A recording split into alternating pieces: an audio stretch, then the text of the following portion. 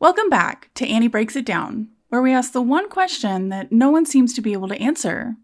What on earth is happening?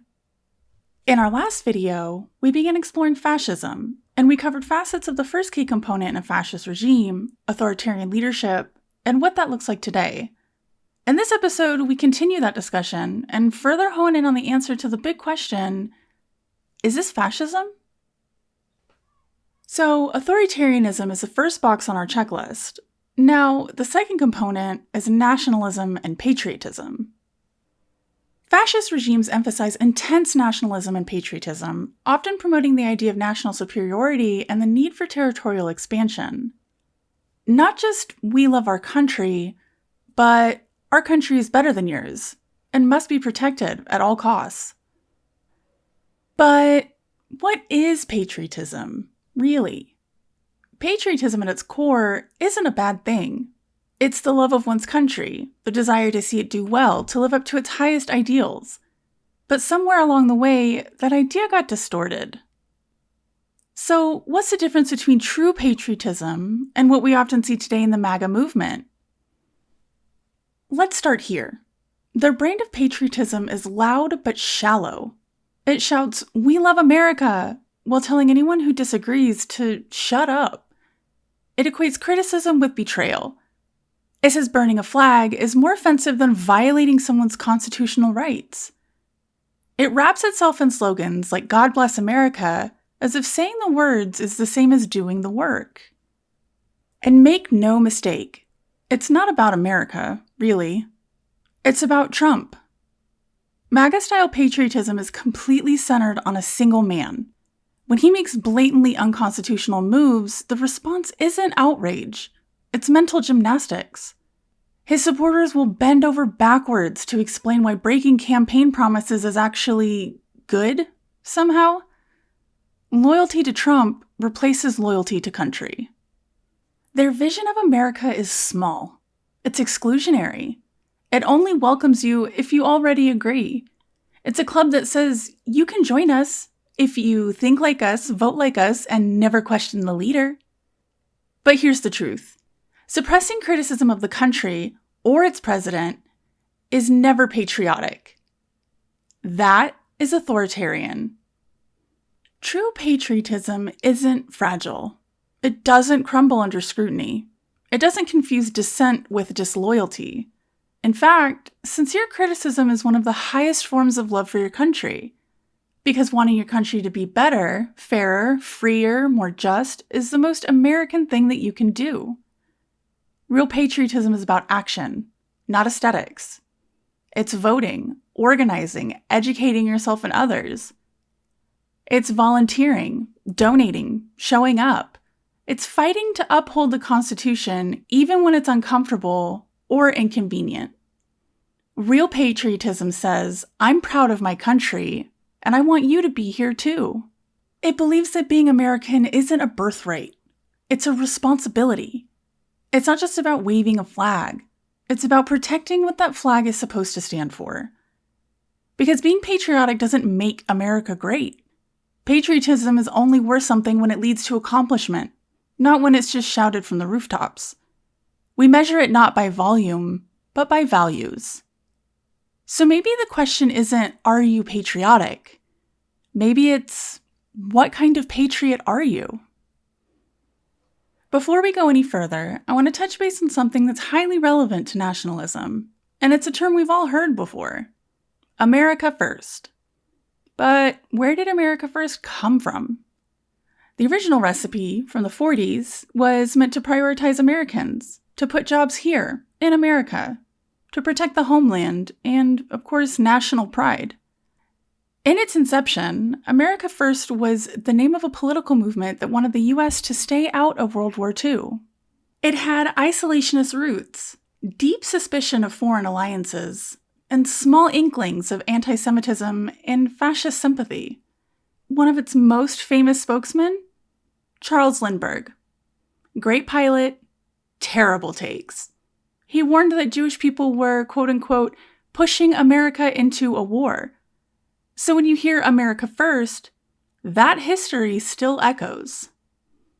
Trump revitalized America First as the foundation of both his foreign and domestic policy, a return to prioritizing American workers, American families, and American sovereignty over any other American interests or needs.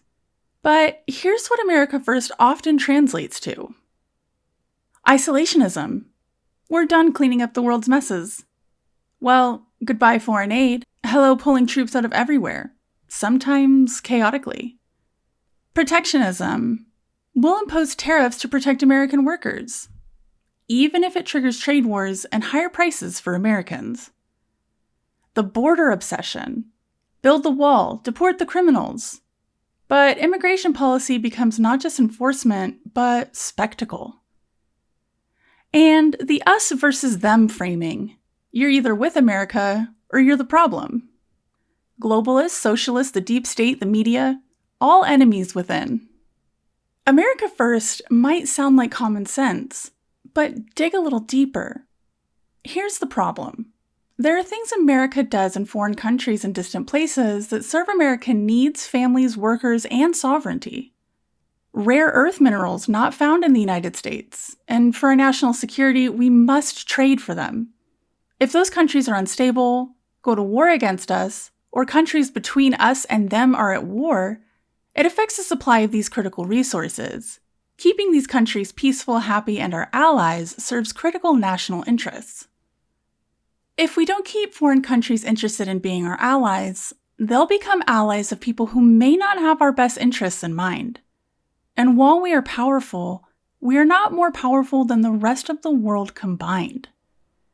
If we pull back from the world stage, if we become isolationists, what happens the next time we go to war? Do we expect to fight it alone? Will our allies still be there? Would they still want to be? Next, I want to talk about suppression of opposition. Fascist regimes suppress dissent, not just through laws, but through fear. Fascism involves the suppression of political opposition, often through censorship, imprisonment, or violence. This includes targeting political dissidents, minority groups, and anyone who opposes the regime. Think of Mahmoud Khalil arrested for anti-Israel rhetoric, or governors blocked from visiting ICE centers, universities shut down for hosting events that Trump doesn't like, or laws proposed to make Trump legally immune. You might say, well, the Democrats go after the Republicans too. But here's the difference.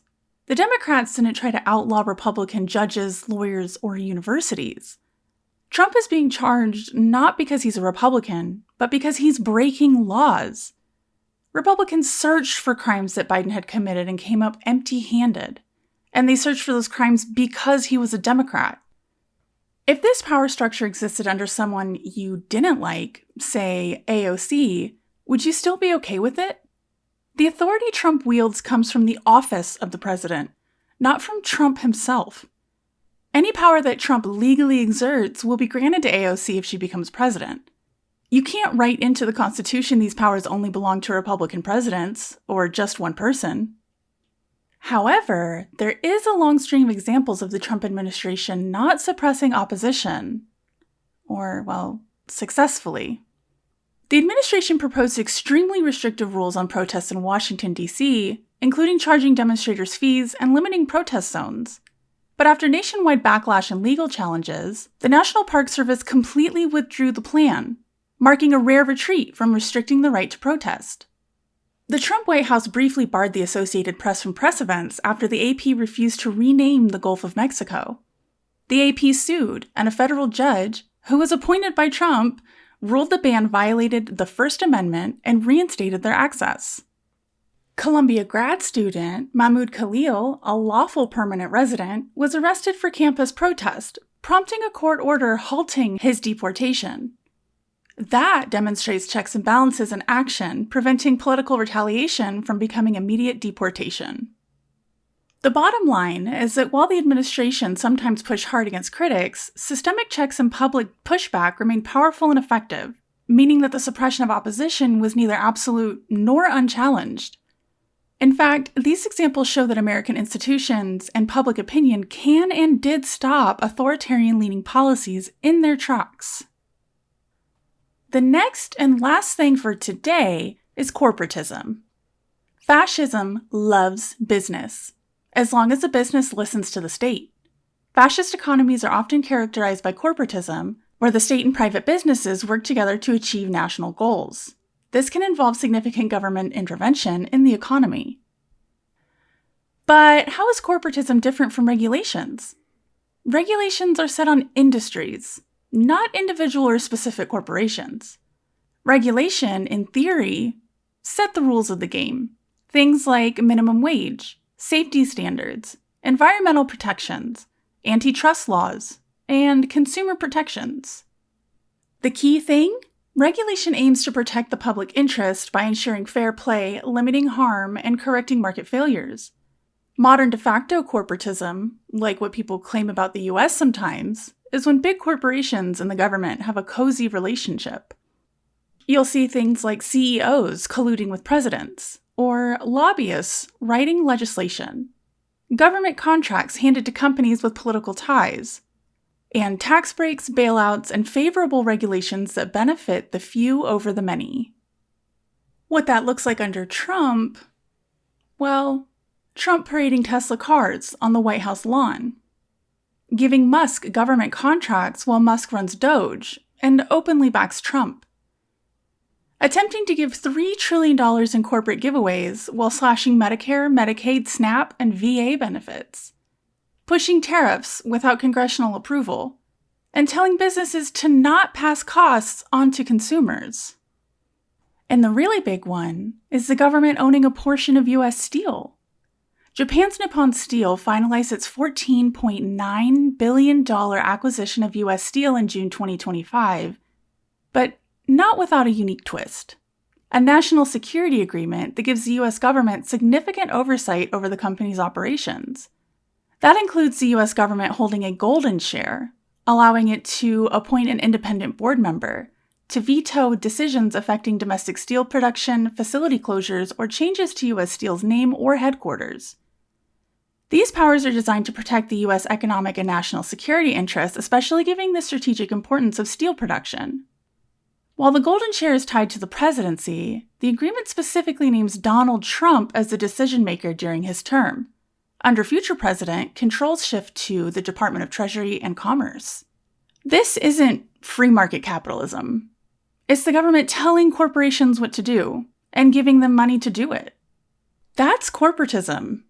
And it's textbook. Well, that's all for today, guys. Join us next time on Annie Breaks It Down, where we will continue to explore these ideas by identifying more signs of fascism and point out the real parallels and divergencies in the US 2025 administration.